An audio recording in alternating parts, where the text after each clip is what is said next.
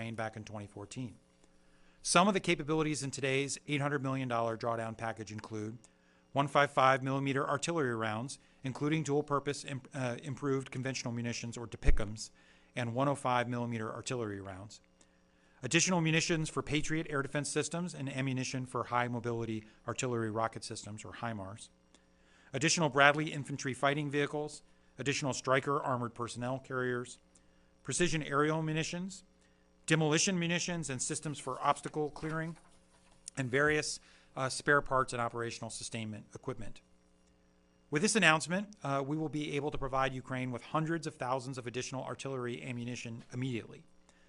This decision will ensure we can sustain our support for Ukraine by bridging us to a point where we are producing sufficient artillery ammunition on a monthly basis across the coalition.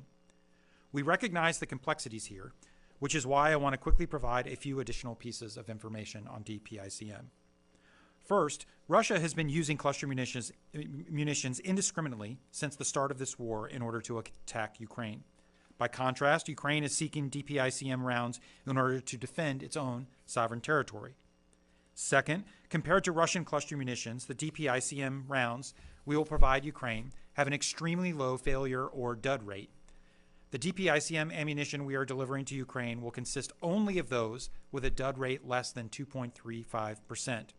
Compare that to Russia, which has been using cluster munitions across Ukraine with dud rates of between 30 and 40%.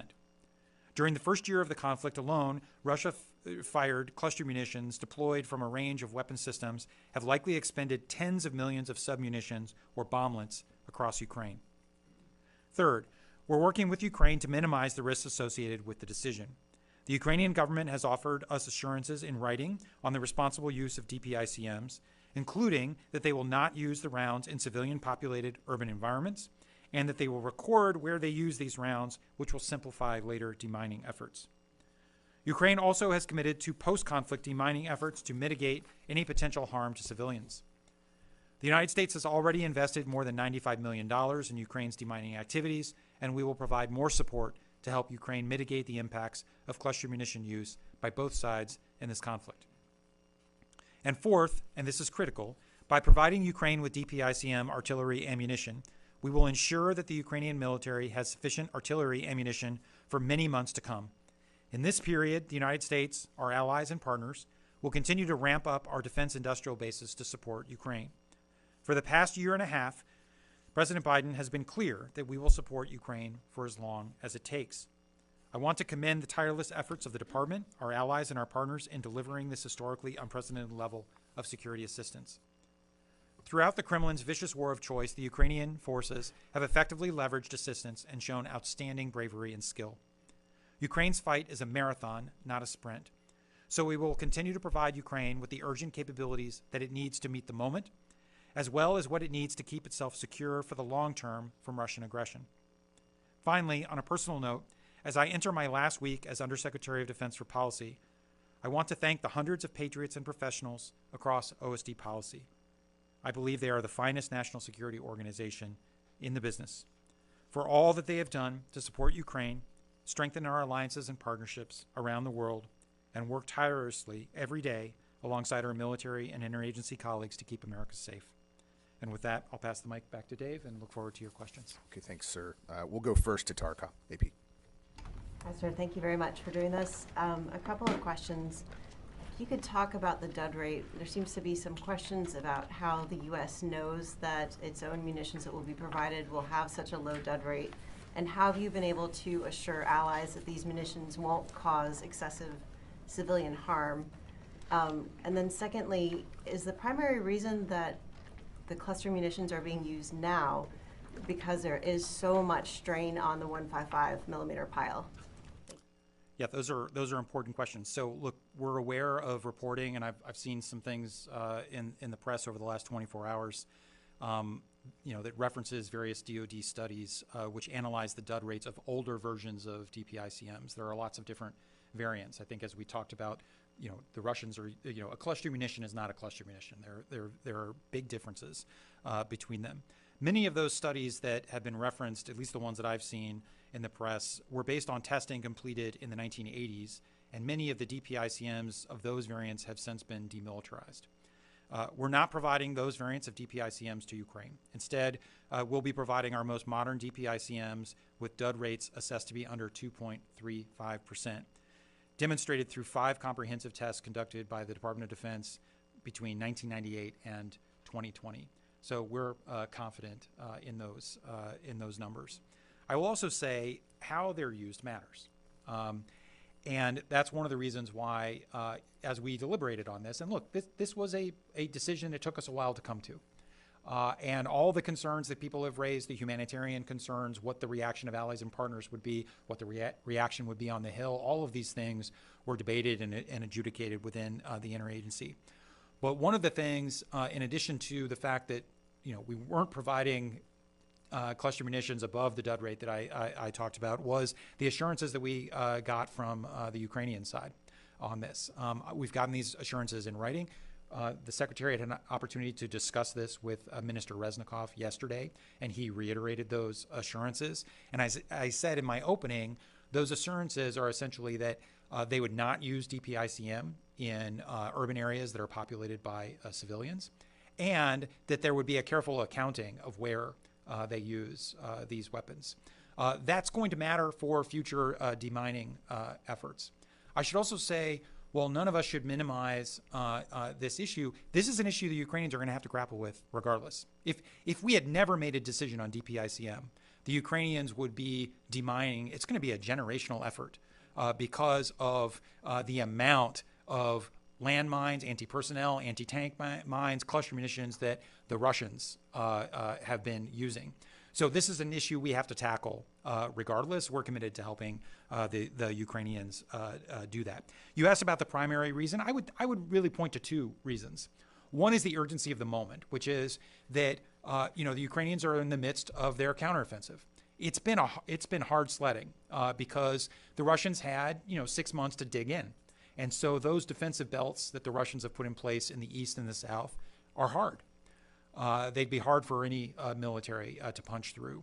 And so we want to make sure that the Ukrainians have sufficient artillery to keep them in the fight in the context of the current counteroffensive. And because things are going a little slower than some had hoped, there are very high expenditures of artillery rates. So this is to make sure that the Ukrainians have the confidence that they have what they need, but frankly also that the Russians know that the Ukrainians are going to stay in the game. And then the second point, which is important, is we don't see this as a permanent solution, but rather a bridge. We've already substantially increased the production of unitary 155 millimeter rounds. The Europeans and others are also investing in their defense industrial base. That's good news, and it's starting to pay dividends. But the reality is we're going to need to build a bridge to the point at which that capacity is sufficient on a month-to-month basis to keep the Ukrainians in the artillery fight. And the last point I will make is a strategic one. Vladimir Putin has a theory of victory. Okay? His theory of victory is that he will outlast everybody. He'll outlast the Ukrainians, he'll outlast the United States, he'll outlast the Europeans, he'll outlast the international community. He will simply brute force his way through this. Having failed in kind of achieving a lightning victory, he's now going to play the long game.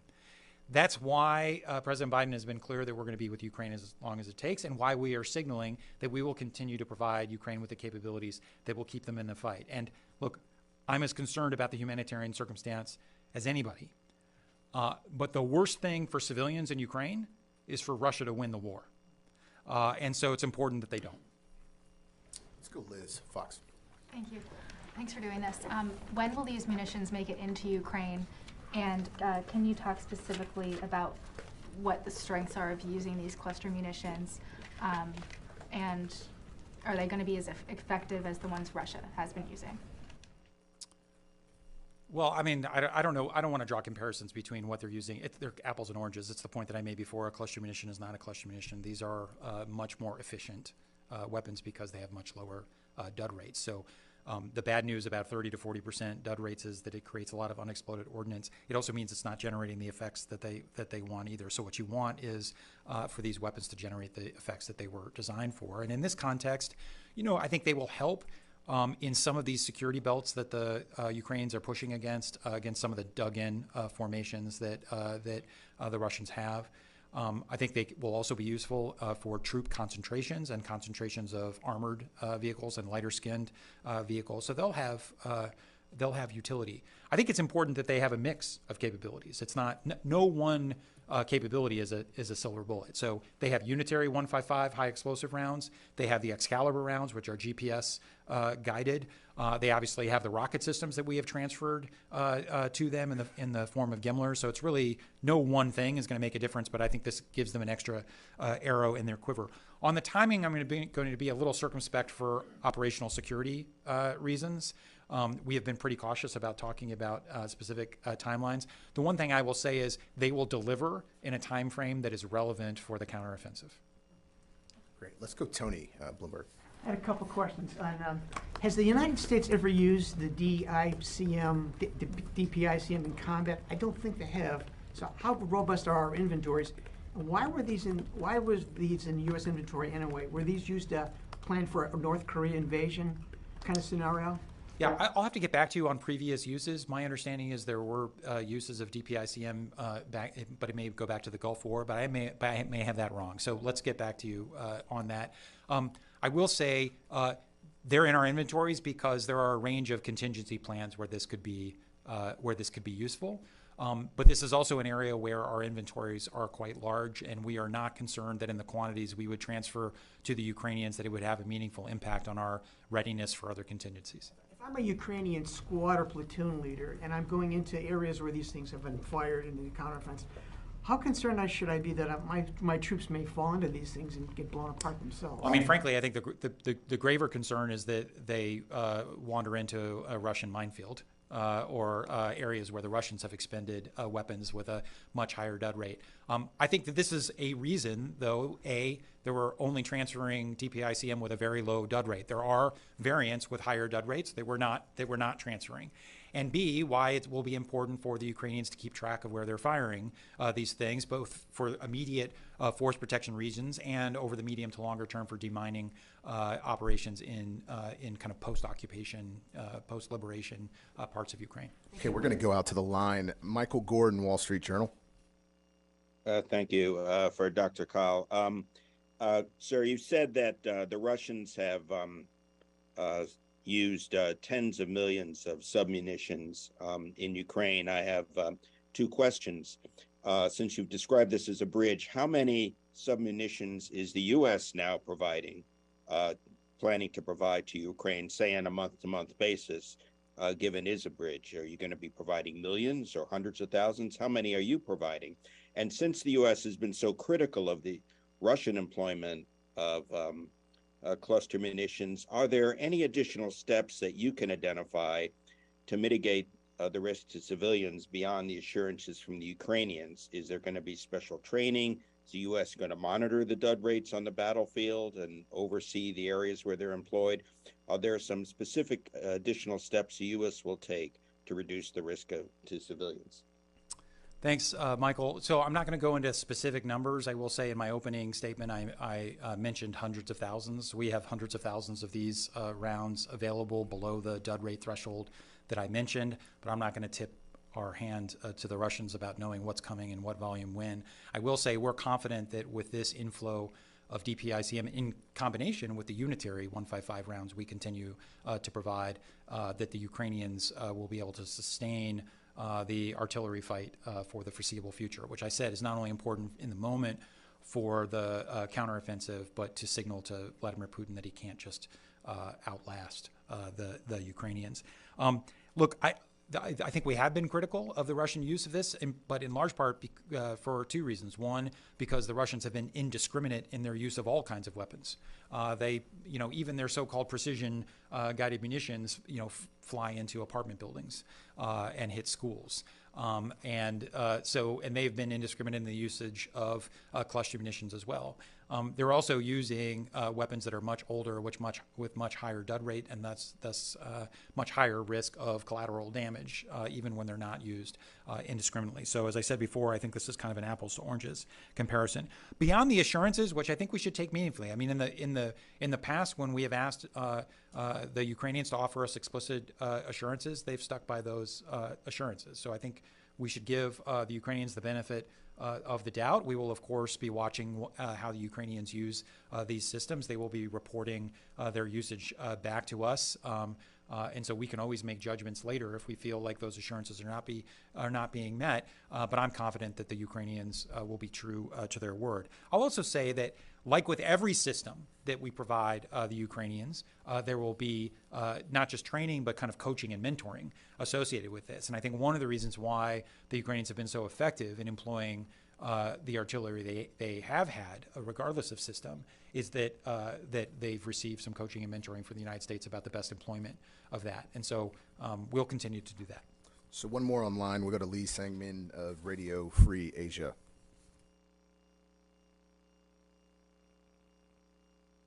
Are you there? Okay, let's come back to the room. Courtney. Non-cluster munition question. Actually, I'll ask one quick cluster munition. Have you said how many is in this first?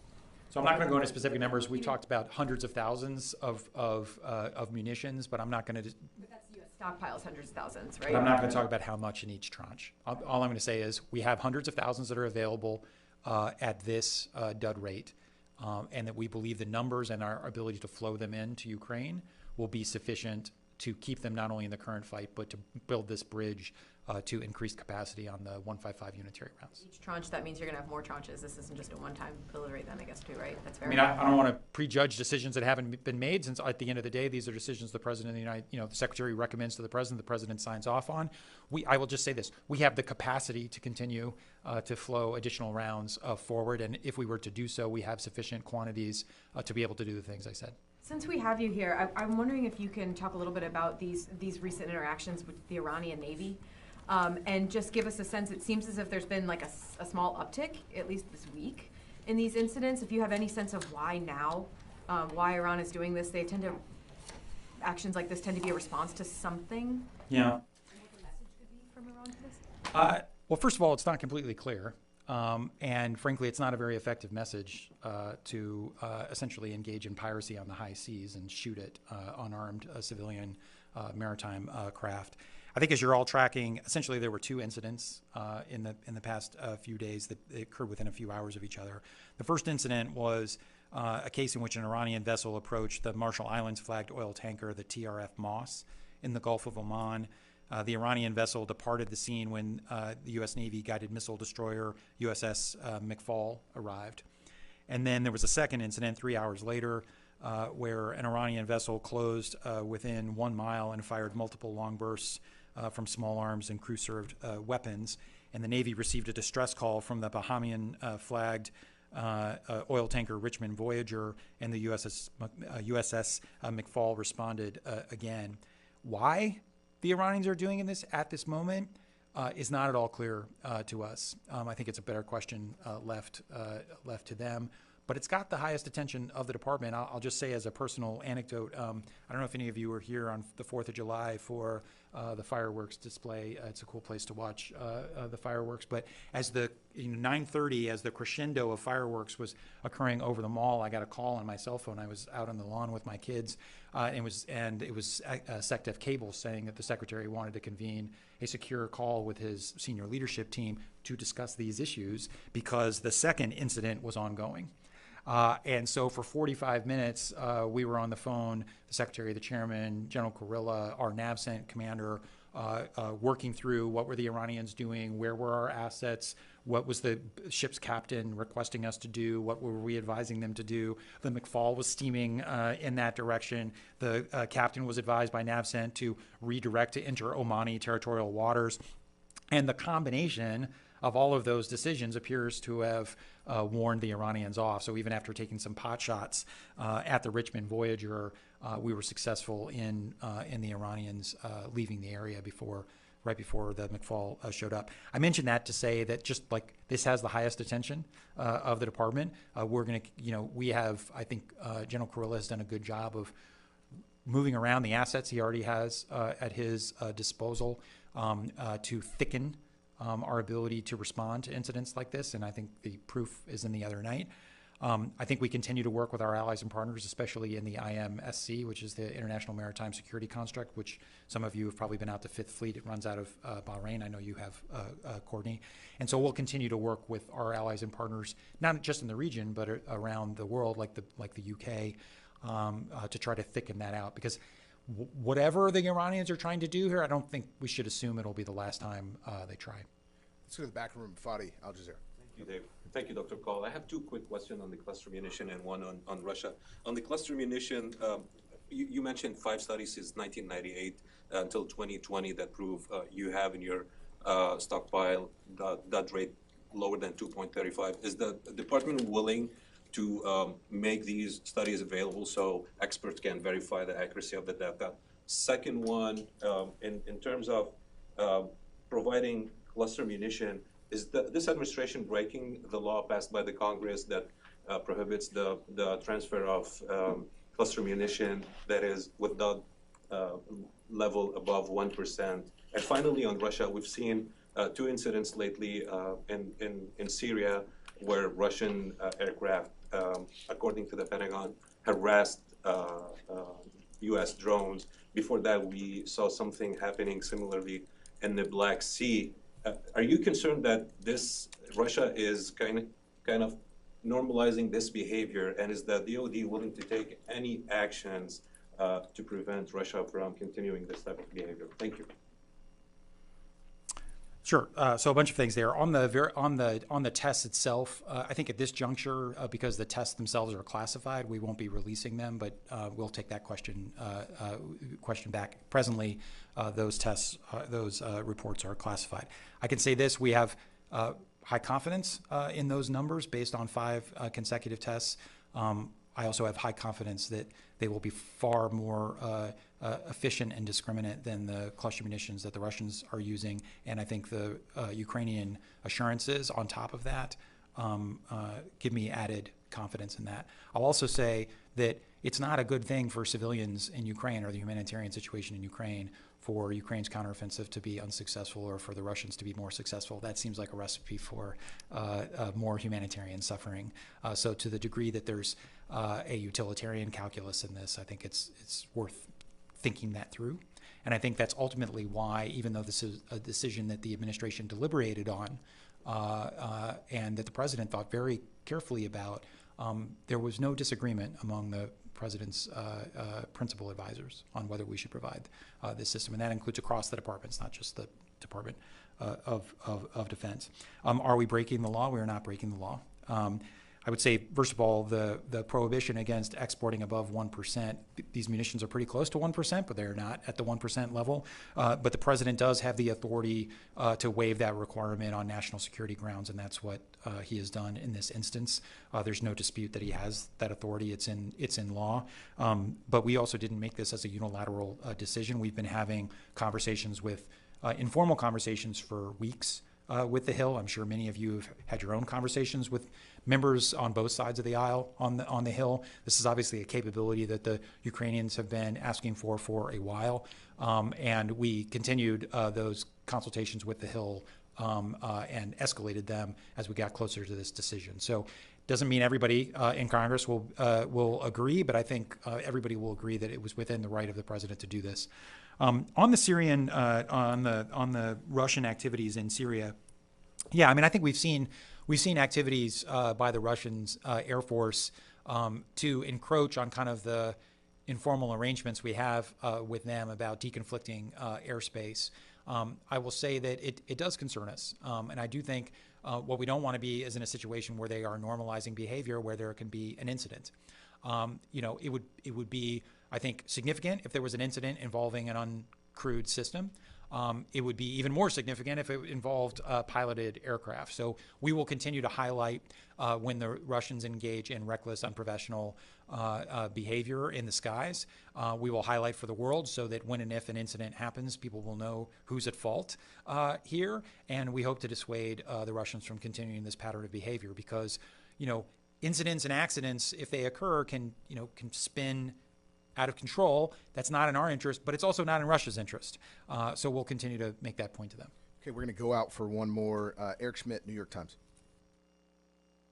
Yes, Dr. Kahl, you acknowledged that the Ukrainian counteroffensive is going slower than anticipated, attributing some of that to the Russian defenses, including minefields. But could you also discuss the limitations of the combined arms training, the short duration training that they got the Ukrainians, and to what extent they've been able to absorb that kind of training and apply it in this kind of difficult battlefield situation? Thank you. Yeah, I mean, first, I think, as the Ukrainian leadership has said, this isn't a movie, right? So this is things are hard. In real war, things are hard. Sometimes things go faster than you think, like in Kharkiv last fall. Sometimes it's a slog, like it was in Kherson last fall.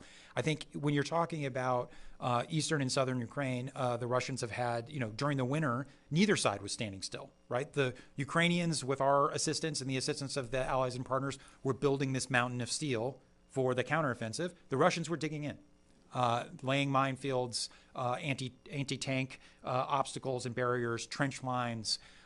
And so we always knew it was going to be tough. Eric, I think to your point about the combined arms training, I think we should draw lessons at the end, not in the middle. And I think we're only in the beginning of the middle. And I say that because, a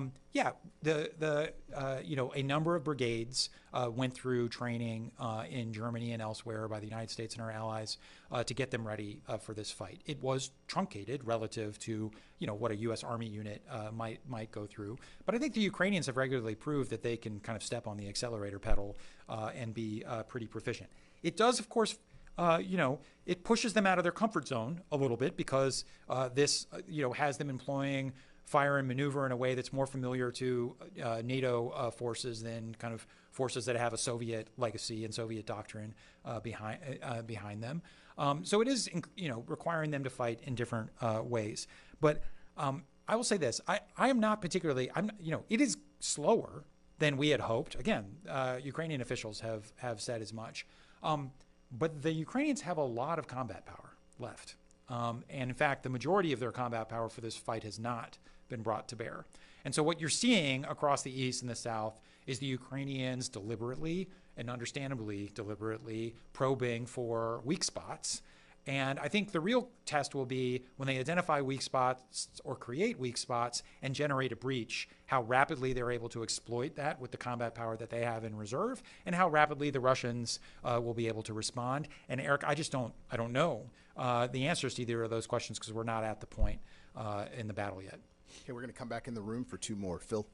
Just a quick follow on that. I mean, do you think then that the Ukrainians are making effective use of the materials the United States has provided or not yet? And then I want to ask you about Prigozhin. What do you know about him? What is his status? What is he doing in Russia? What do you think his future is? So on the effective use piece,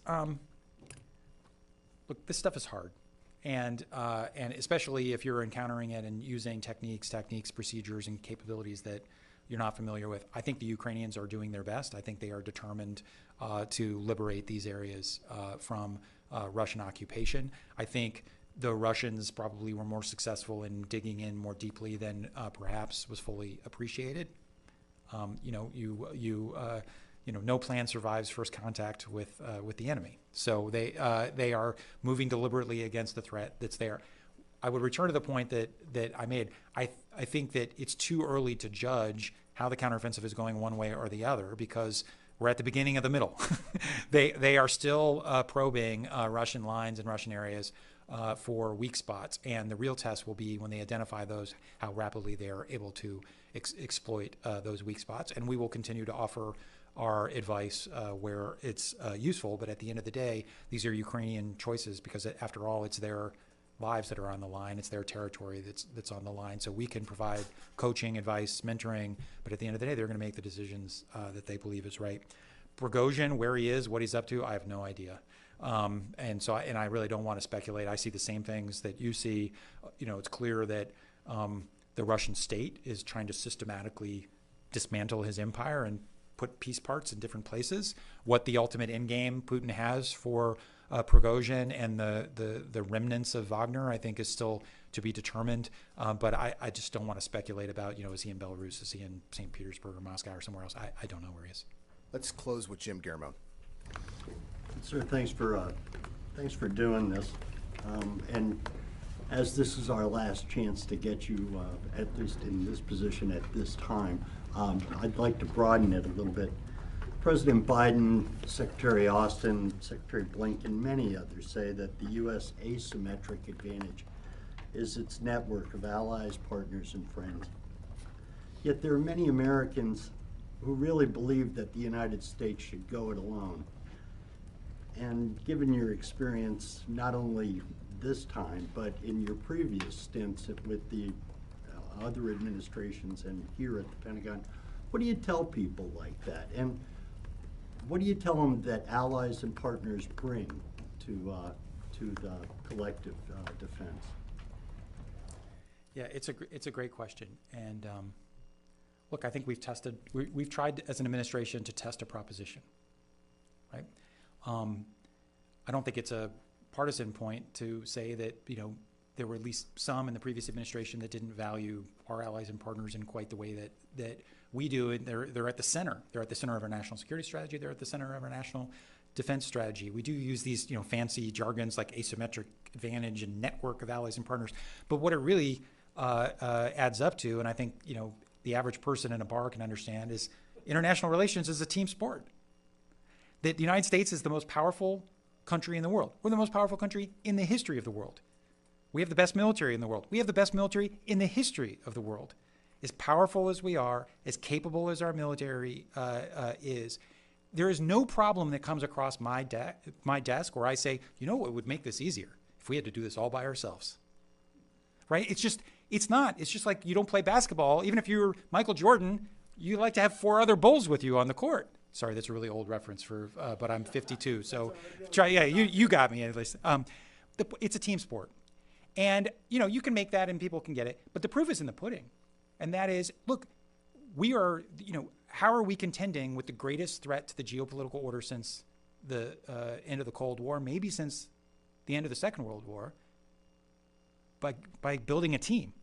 In the first instance, Putin went into this hoping that NATO would buckle, weaken, fray, shatter apart. The exact opposite has happened. NATO is stronger. The defense commitments are going up. You're going to see manifestations of that unity, I think, this week in Vilnius.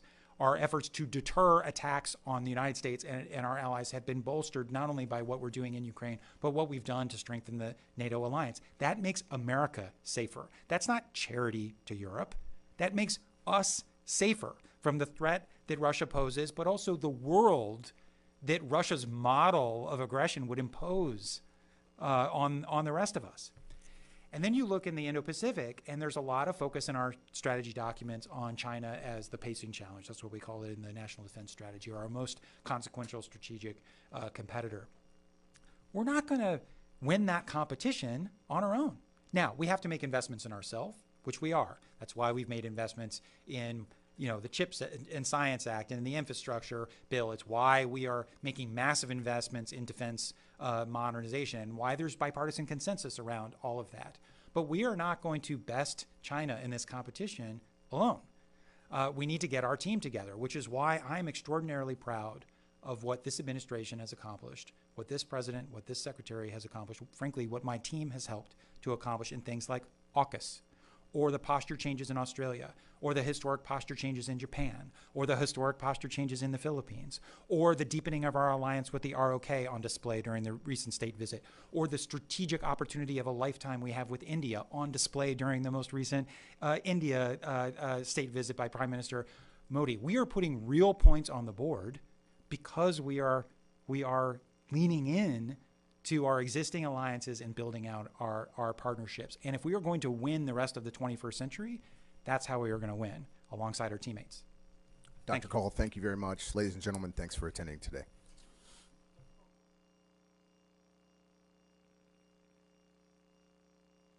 I'm not going to comment on this specific number. We can get back to you. There are a number of models below the dud rate of 2.35%.